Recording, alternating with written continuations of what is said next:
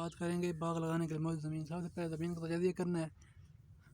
کامیاب باغ لگانے کے لیے موزوں آب و ہوا کے سب سے اہم مسئلہ پھلدار پودوں کے لیے موزوں زمین کا انتخاب ہے۔ پھلدار پودوں کی مختلف قسم زمین درکار ہوتی ہے۔ عام فصلوں کی جڑیں کم گہرائی تک جاتی ہیں دوستوں اور کم پھیلتی ہیں، لیکن پھلدار پودے جڑیں بہت زیادہ گہرائی تک جاتی ہیں اور زیادہ پھیلتی ہیں اور زیادہ جگہ گھیرتی ہیں۔ دوستوں یہ دیکھ لو جس طرح فروٹر کا پودا لگا ہوا ہے ہمارا، یہ دیکھ لو ہمارا باغ، یہ دیکھ لو کتنا پھیلا ہوا ہے۔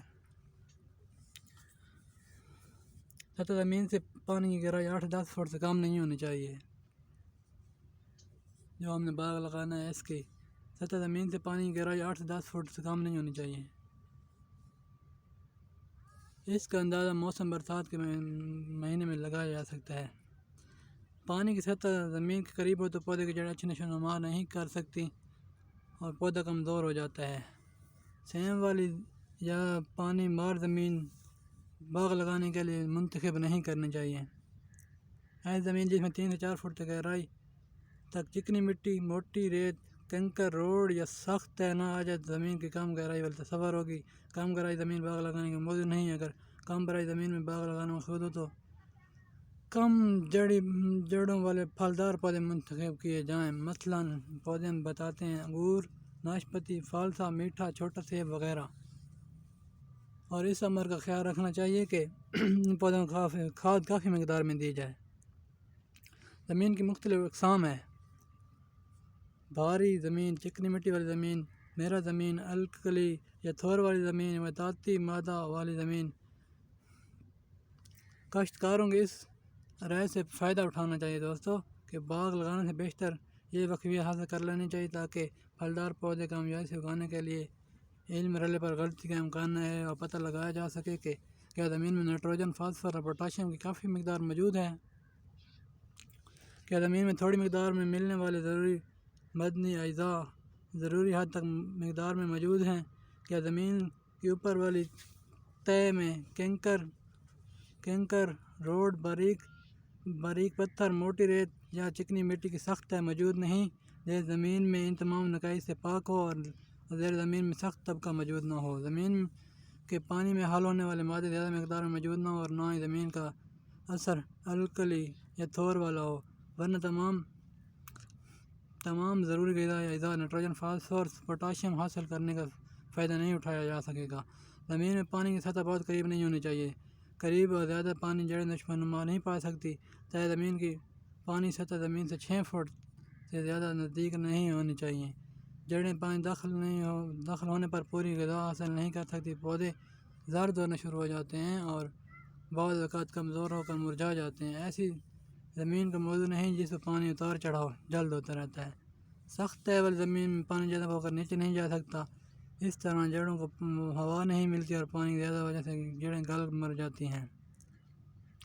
سخت تہہ والی زمین کو صورت میں جڑیں چکنی مٹی سے نہیں گزر سکتی اور نہ ہی ناقص اور سخت تہہ کی بنا پر جڑوں کی خوراک پوری ہوتی ہے اور پانی مہیا ہوتا ہے، نتیجہ پودا کمزور ہو جاتا ہے۔ موٹی کنکریٹ، کنکر یا روڑے والی زمین میں پانی اور ضروری اجزاء حل شدہ جڑوں تک پہنچنے سے نیچے بہہ جاتی ہیں، زمین میں موزوں مقدار نمی قائم نہیں رہ سکتی اور پودے کی خوراک نہیں ملتی۔